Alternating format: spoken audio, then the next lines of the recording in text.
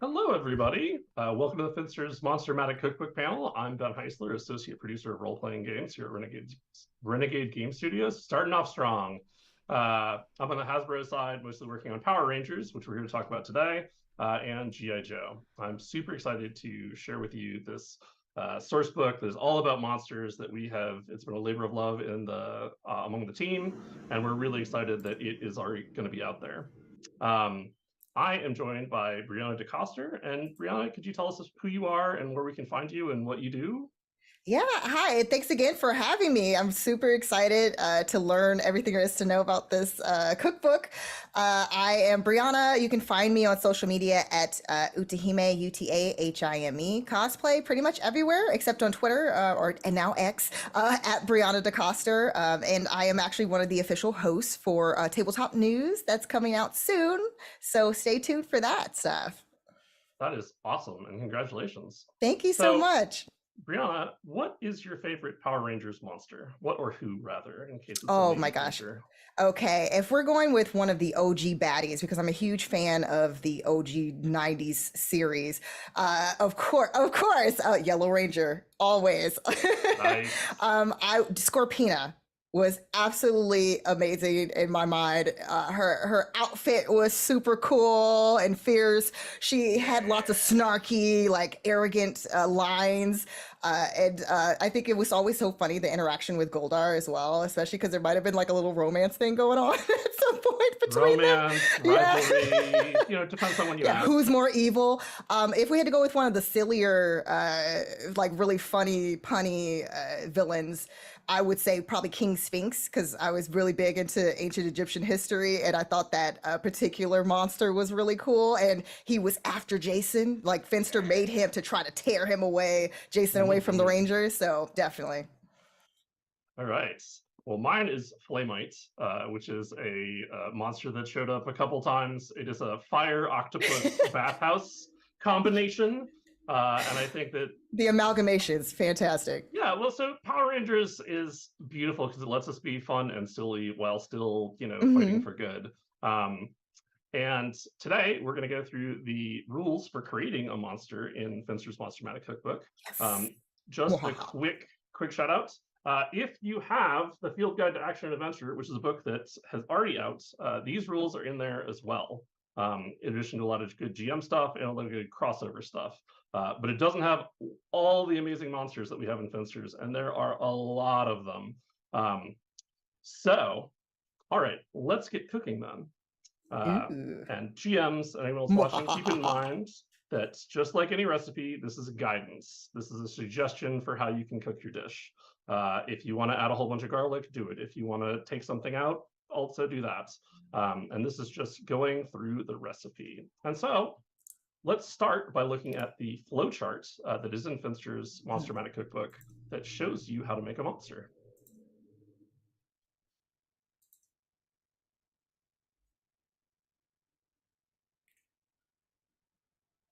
All right. So this flowchart is in chapter 1 of Finsters. By the time that we are done talking, we will have a monster that is ready to go. And this is going to take probably about 30-45 minutes, but just like anything else, GMs, the more you do it, the better you'll get at it, the faster it will be. And so step 1 is the concept. I like to think of monsters from a concept standpoint of generally noun, verb, verb. So like something like frosty mutant bounty hunter. And that's just 3 words that kind of keep it in mind for like what's Yeah. the core of this creature. And also, we always want to make sure that any monster that we're doing or anything that we're putting into the game helps us tell our stories and do things like that. So Frozen gives and Bounty Hunter gives an idea of what they want to do. And that they are a mutant means that they're probably a time traveler because mutants are from the future when Rancic is in charge and the great criminal kingpin. So, Brianna, do Yes. you have a concept together or do you want to start with a noun or an adjective to go? Yeah, so there's a particular monster that actually was inspired by our GM for our Power Rangers miniseries on the Initiative Order, our Power Rangers Supernova. And we adored this concept, and I would love to see it because this cookbook didn't exist where we could make our own monsters. So he kind of did what he could to try to figure out the stats and everything. So shout out to Dan Woods because this was genius. The concept is lunar, like, and subscribe. So it's exactly what you think. Basically, a formidable werewolf-like monster that harnesses the power of social media. All right, I was not sure if you were going to go with werewolf or if you were going to tell me it was like a like mushroom monster, because we could go either way. You could go either way. Right. No, this one in particular was definitely a very influencer heavy werewolf like creature. Yes. All right. Well, that is everything we need to start going. Lunar tells us that we'll have some cool moon powers. Lycan means that there's going to be some transformation, maybe some interesting things that the monster does when it's in a human form, and then swaps over. And then subscribe tells us that we're going to have some cool tech powers, maybe some social manipulation off of this, and we're going to explore how that all comes together. Ooh. So the next part on, yeah, me too. This is a really cool concept. This is, like many Power Rangers monsters, something I never would have thought to put together. I mean, it works for, especially in this day and age where social media is all around us constantly every day. Yeah. All right. So step 2 is threat level. When you're making a monster of the week, you want to make sure that we aim for around our Ranger team level, maybe a little bit higher if we want to have something that's going to be a big challenge, or a little bit lower if this is a like an upgraded minion or the herald of a bigger monster or something like that. I'm thinking kind of medium stakes, so kind of around level 5 to 8. Does that fit with what you're thinking for the lunar like and subscribe? That's gonna be fun saying 3 times fast. I know, it's like, say it. How many times can you say it? I definitely can't say it as many times as you just did.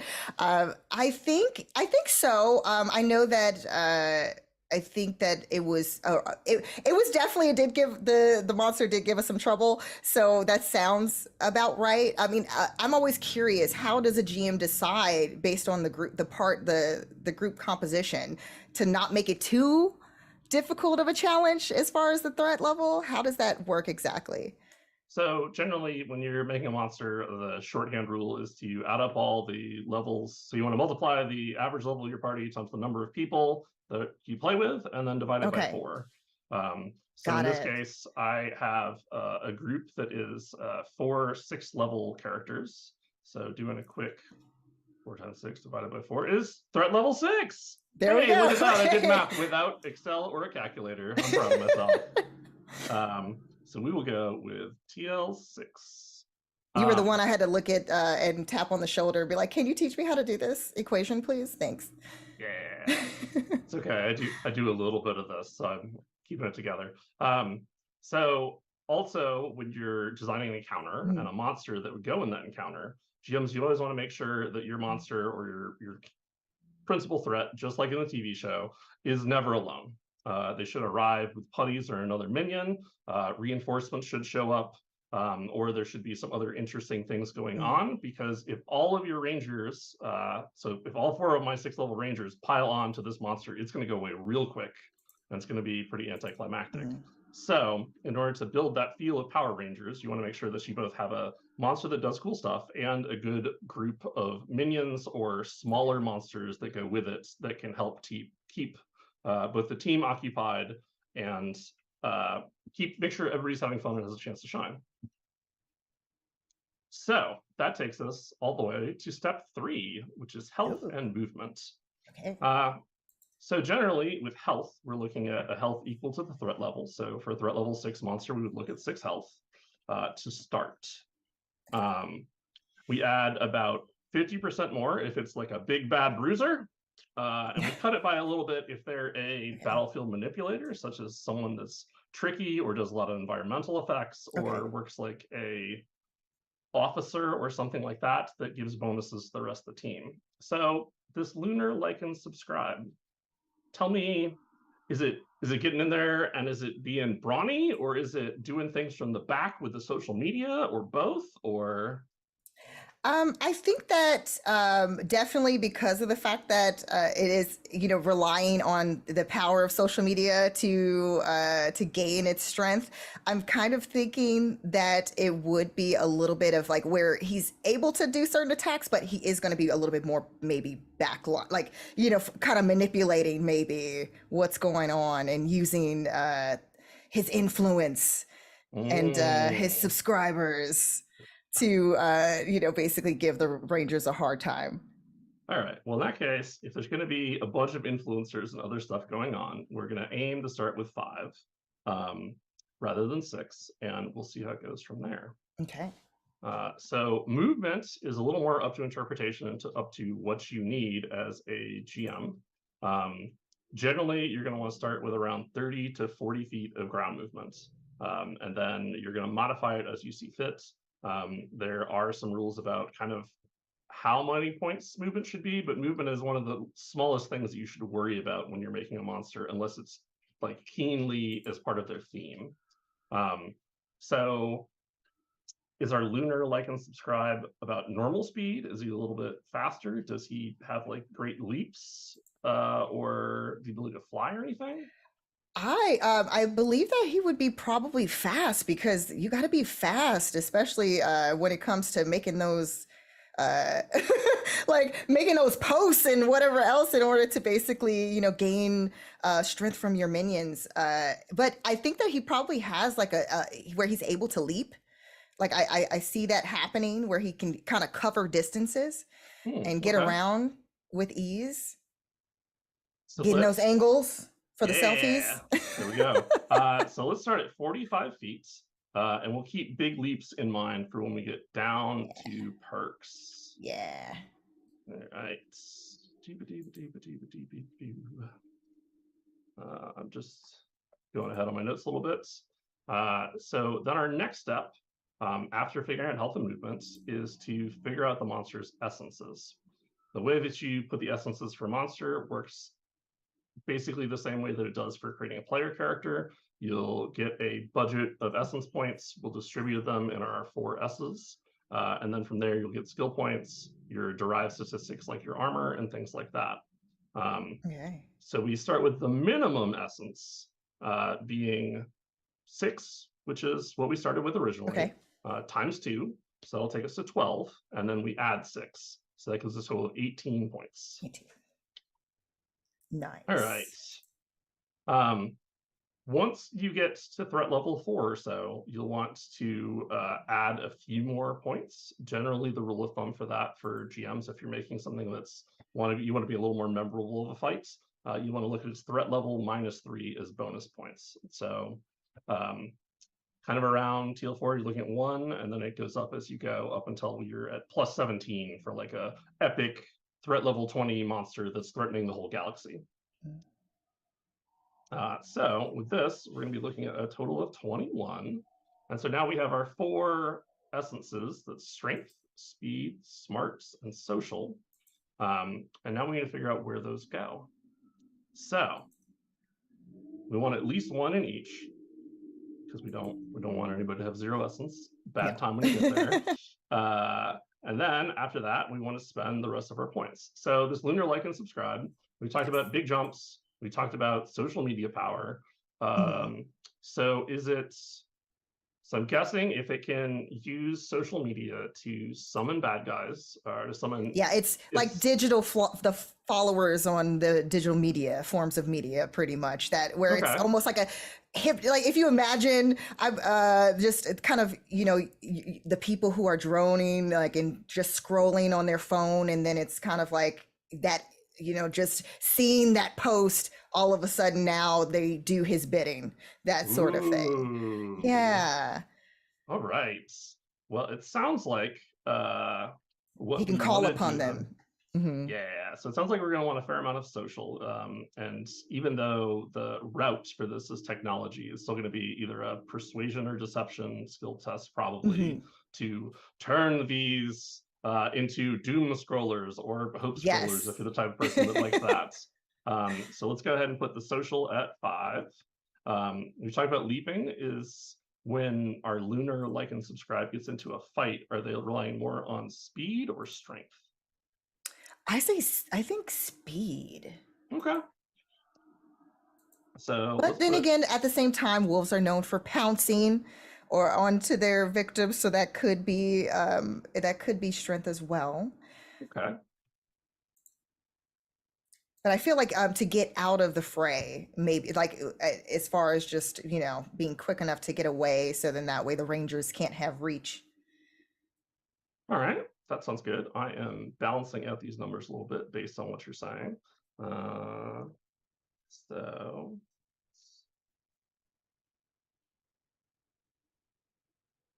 this is where I do the math in my head, and it looks really impressive while I'm sitting going, well, I'm just glad that you're doing the math for us, because it would take all day for me to do it. All right. So going by what we talked about, big leaps Yes. and some pouncing. So we're going to put 5 points in strength. Mhm. We talked about speed being important, so we're going to put 7 in speed. Smarts is a little less necessary, is what it sounded like to me. Yeah, I imagine, yeah, that's not as necessary as the others, I think. Yeah, so we're going to go with 3 smarts. And then again, because social is because the social is important, we're gonna It's already working. It's already working on the pups here. Yeah. We're gonna have social be the second highest at 6. So now that we have done that, we should figure out where to put these in our skills. So let's do 6. Which of our S's would you like to start with first? Between strength, speed, smarts, and social. I think let's start with the social, since that's a key thing here for lunar lichen. All right, sounds good. So we're already thinking there's going to be some kind of power that either stuns or gets things to do with spitting. Are you looking at that being more of a like deception type of thing, or writing like so compelling that people are drawn to it with like persuasion instead? I think because of the fact that it's meant to cause like chaos and confusion, I think maybe then the deception aspect of it. Lies, like the gossip, the dirt, the trash, that sometimes we know it exists on social media these days. He thrives on that, is kind of getting people to kind of lure them in that way. All right, well, in general, if we're going to have a monster be good at something, we're going to want to put at least 3 of their points into it. So we're going to start with a deception at D6.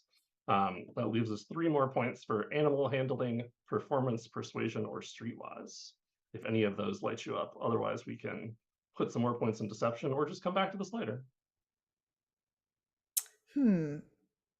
One more time. I'm trying to think. Sure. Can you list those off for me again?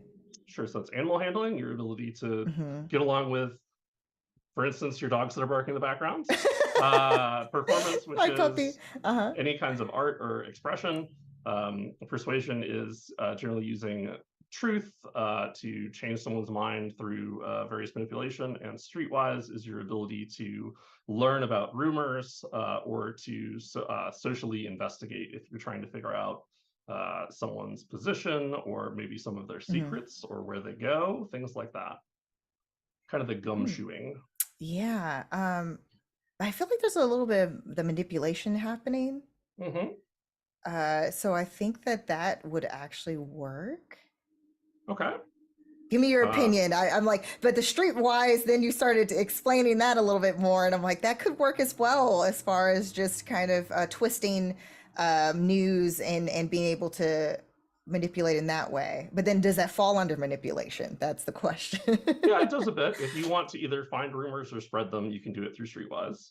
And if we're kind of thinking that from a technological scale, we probably want to put a D4 or our last point into streetwise.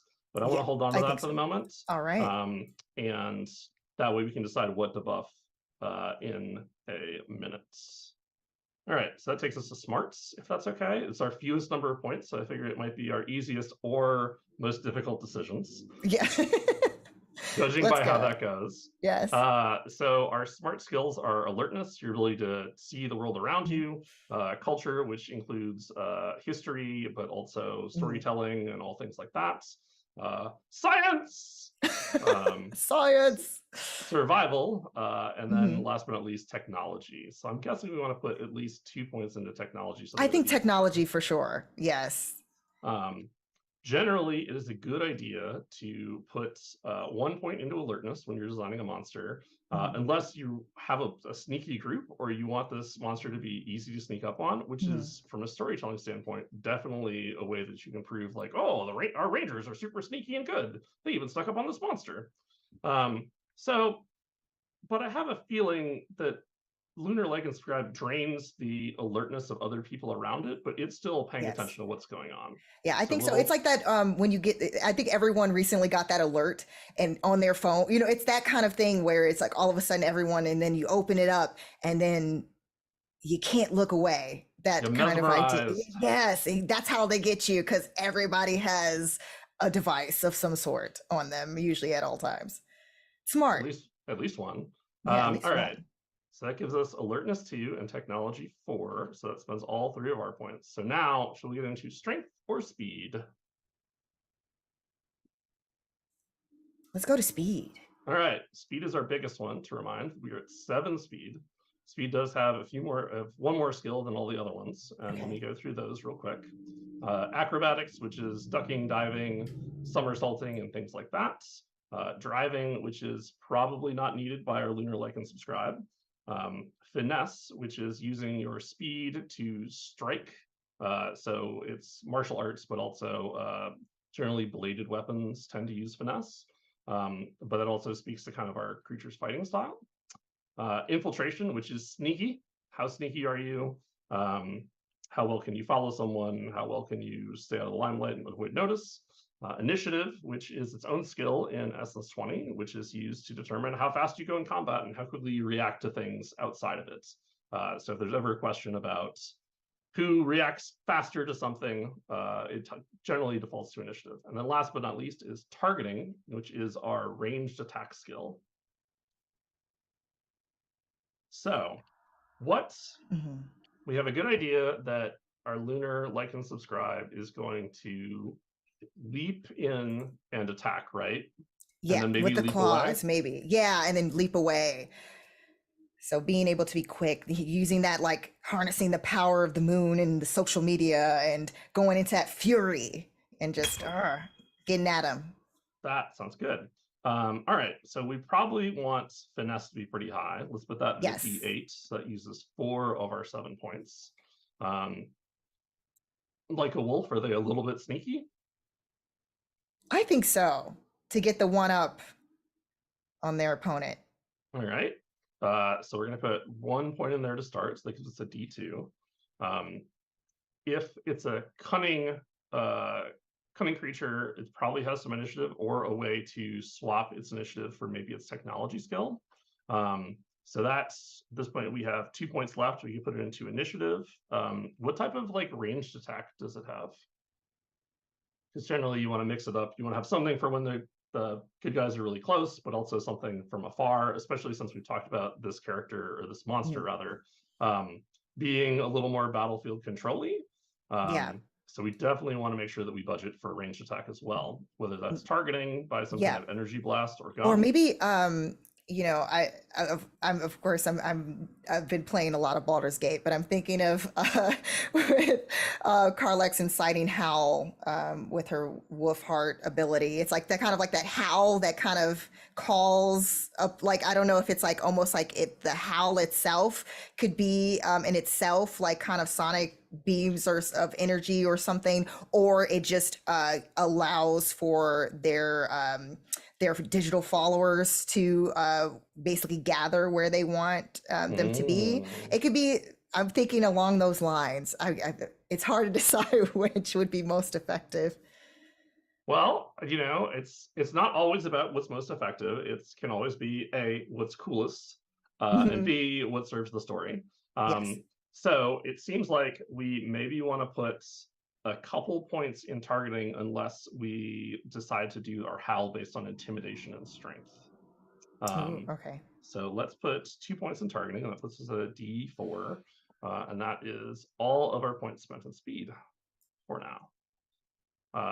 Now, last one, by process of elimination, is strength. We have 5 points in strength. We're going to want to put some points in the first one, which is athletics, which is your ability to leap long distances, climb, and other things like that. We've already talked about how important it is that this guy or this. Is there a pronoun preference for our lunar like and subscribe? I keep saying guy, but I feel like obviously I feel like it could be either. It could be, we can go with they, them. I Okay. feel like it's just, it's not really a gender preference there, I think. Okay. Then I will try to go with they from now on. So like we said, we want them to leap into fights. So we want to add probably a D6 or 3 of our 5 points into athletics. We'll definitely have some kind of cool ability with that when we get to our perks and powers pretty soon. And so that leaves us 2 points left between brawn, which is your ability to carry things, conditioning, which is extra health.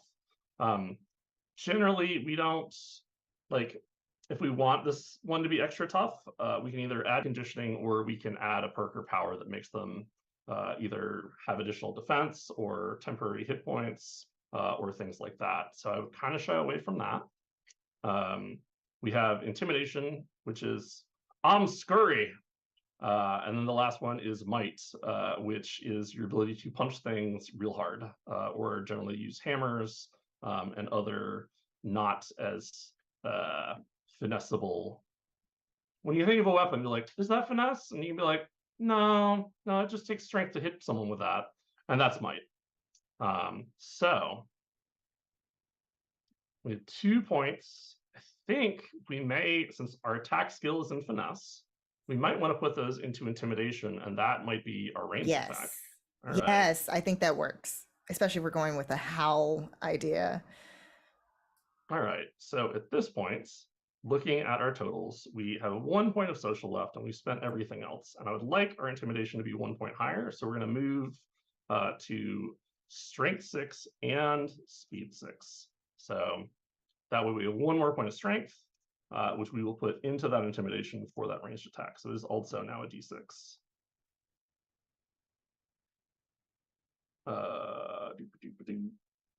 Oh, I'm sorry, I'm reducing social down to 5. Terribly sorry there, folks. Thank you for keeping me honest. All right. So from there, we already know what our defenses are, which are just 10 plus the essence score. So our strength is 6, which means our toughness is going to be 16.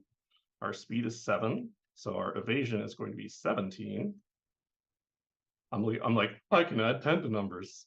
Our smarts is 3, so we're going to have a 13 willpower, and finally our social is 5, so we're going to have a cleverness of 15. Step 5 gets us into perks, powers, and hangups. So just as a refresher for our audience, perks are passive abilities. Monsters get at least 1, and then another one generally every 4 threat levels. Powers are active abilities and follow the same idea. Monsters will have at least 1 and as many more kind of as you need, but remember, you don't want to have too many options. You want to show off what the monster's signature thing is. You don't want to get lost in all of your abilities. And then the last one is hangups. And just like with player characters, hangups are your weaknesses or shortcomings. Monsters always have at least 1 hangup. So let's roll back over to perks. We have talked about having this creature leap. Does it leap all the time, or does it leap as part of an attack? I don't think it's all the time. I think it's either to attack or perhaps to get the high ground, even. Yeah. Okay. Let's put leaping down as a perk, since we can use it either to get into a fight or away from it. And we will say that our leaping ability, we're going to say that the Lunar, like, and subscribe. Man, I'm haven't Lunar, dropped it like, yet. and subscribe.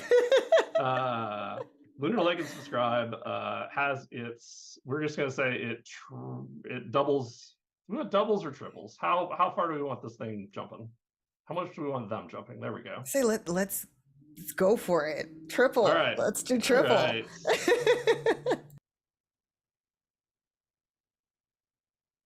All right, so we'll first start out with it has triple its jump distance.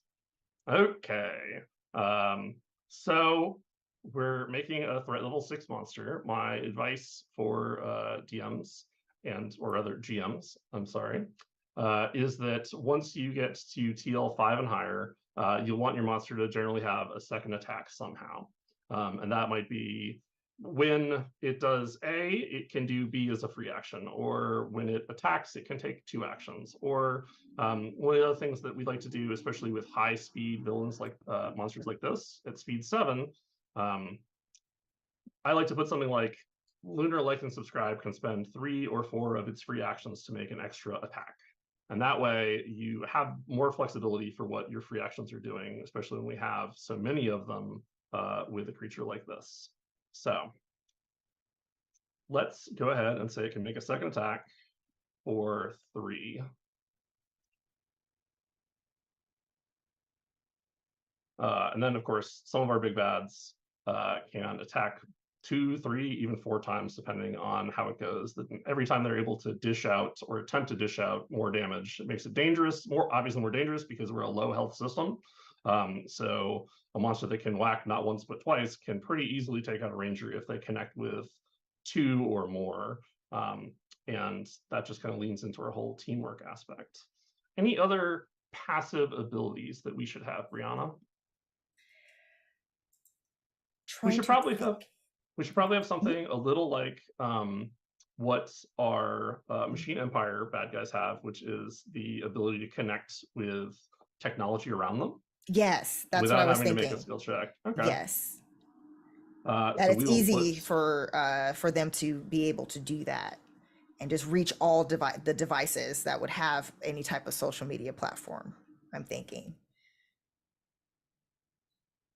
What's the range on that? Like, how far is it like within 60 feet of itself, or like is it like a whole town? Because as we adjust the size, that tells us more about what the monster does. And if it's a whole town kind of thing, it might be more of a investigation as you try to find these things out, as opposed to like, if it's in a fight, it's going to gain control of people around. So the Rangers, once they learn about this, will probably want to get all the innocents out of the way, which can be an exciting complication to a action scene.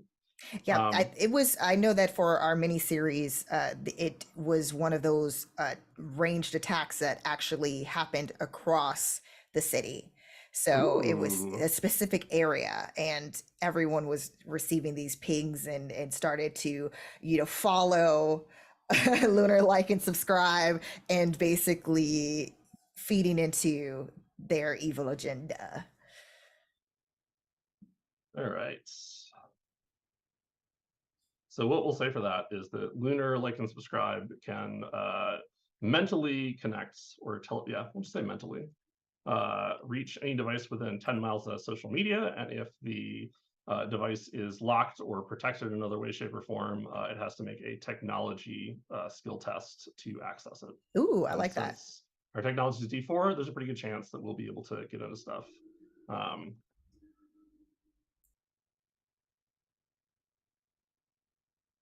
All right, so now I think that's enough perks. Unless you can think of any more that we want to add. No, I mean, that sounds really great. As far as the options for something like that, I know that there's a lot of different ones to choose from. Do you have a personal favorite from the cookbook? I mean, it is hard for me. Like, I love all of my babies equally. We did start getting into the spending free actions for additional attacks, which I think is a very elegant way. That one is great. To both make a monster more dangerous, or to give it the flexibility to actually use its free actions if it needs to get away, to push themselves for movements. Or if it does something like makes everyone drop their cell phones, they can pick up all the cell phones in a 5-foot square. Nice. All right. So now we go to powers, which are our active abilities. I can think of two offhand, rather. One of which is going to be our leap into the fray. And then our second one is probably going to be our technology ability to make, or our ability to use deception to make people do what we want once we access their phone. So,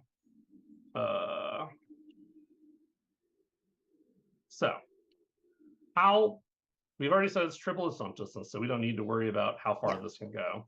And we'll say, we'll keep it pretty simple. We'll say that when the lunar like and subscribe jumps, so once per turn, when the lunar like and subscribe leaps adjacent to an enemy, it can make a attack as a free action, and that way it's a rawr, surprise, I'm here and I'm attacking you now. Yes. It's gonna make it a little more dangerous, but yeah, swipe.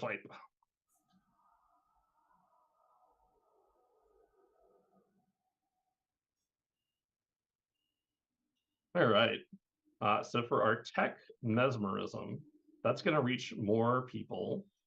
Is there a maximum number of people that it can reach in an area, like at a given time? I don't know if I thought of that actually.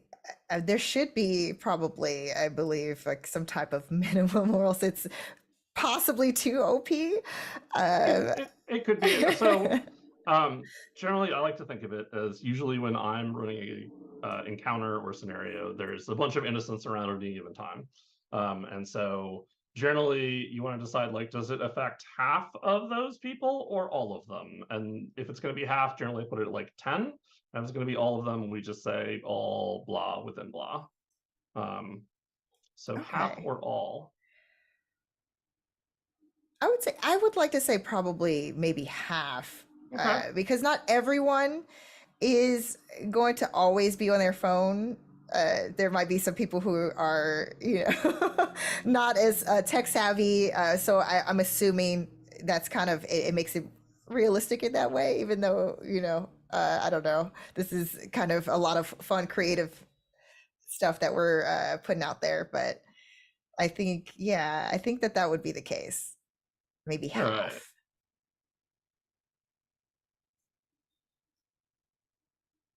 But it would still be one of those things where obviously it expands out into the city.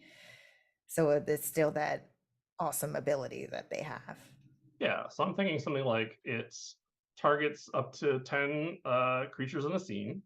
And we just use creatures as a blanket for any type of, whether they're a extra in a scene or a NPC or one of the player characters or anything like that, that are connected by the mental tech connection. And it can make a deception skill test. And we'll put that kind of at an average number, let's say 12. Actually, we'll do a deception skill test against whatever we decide what their cleverness is. So if this attacks one of our Rangers' phones, perhaps one of our Rangers isn't morphed yet, and is looking at their phone, Blue Ranger. That's true. It's so like, might be into science, but at the same time, they still love looking at social media in the morning. Yeah. So since this is generally going to be something that we're going to say it stuns targets for 2 turns, and stun targets can be commanded by the lunar like and subscribe. Awesome. Fantastic.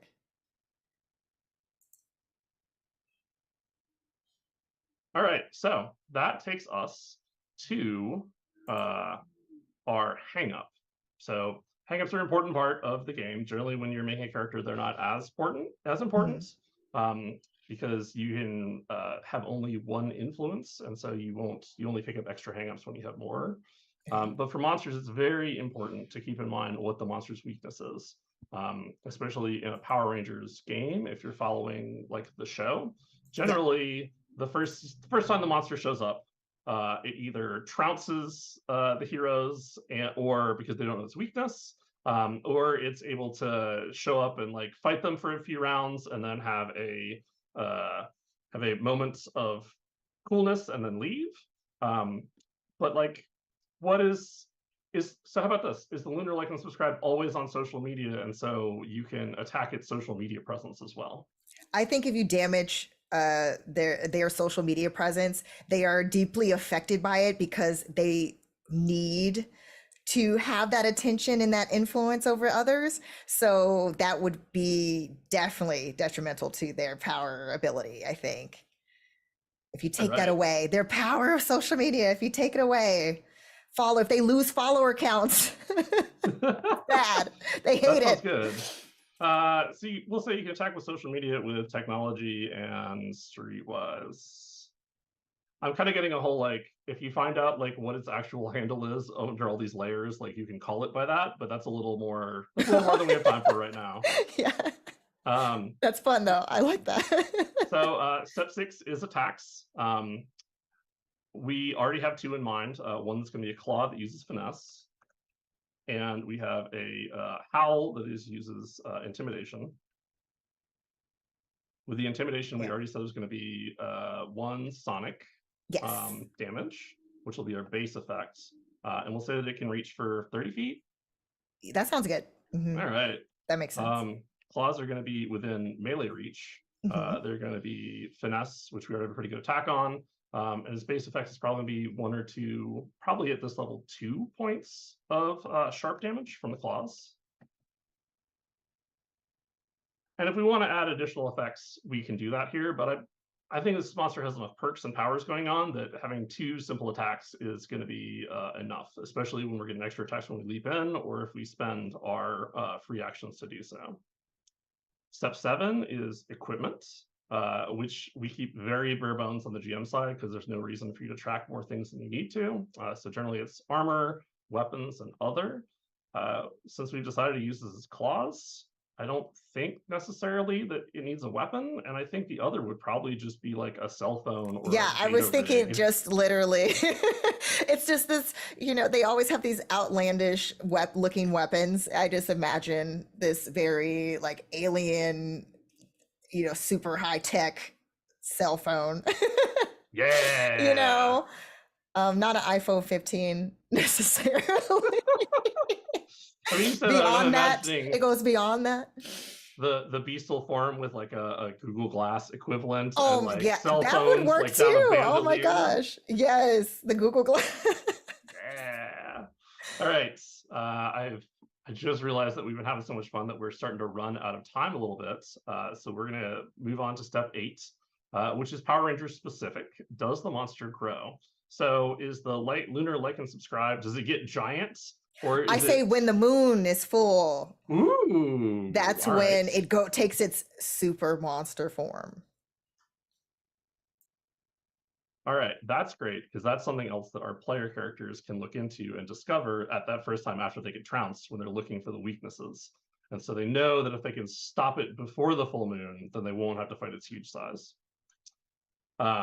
When you have a grown monster, you first of all make it bigger. Generally, you want to be gigantic to titanic, which is the size of like a small building to a large building. Just like in Power Rangers, they're going to be knocking down those little buildings. You're going to add between 2 and 4 threat levels. You're going to add extra health equal to the number of additional threat levels.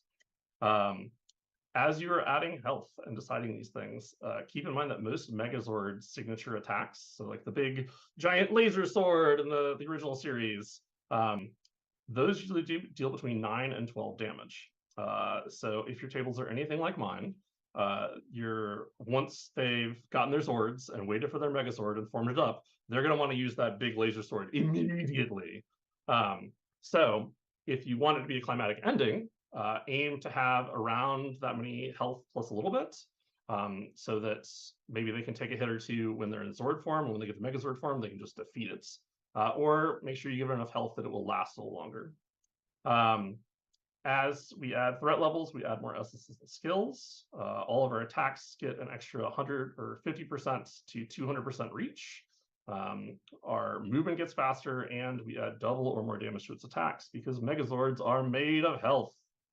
And our last step is to make it ours. So that's when we can add our additional touches, or if we're looking back at it like, I should really add blah. that would be the perfect time to go back and add a perk, a power, adjust skills. Maybe there's a MacGuffin going on in our story where it's been empowered by those things, and the players have to both stop maybe Mesogog's cyber tuner before they can really defeat our lunar. Like and subscribe.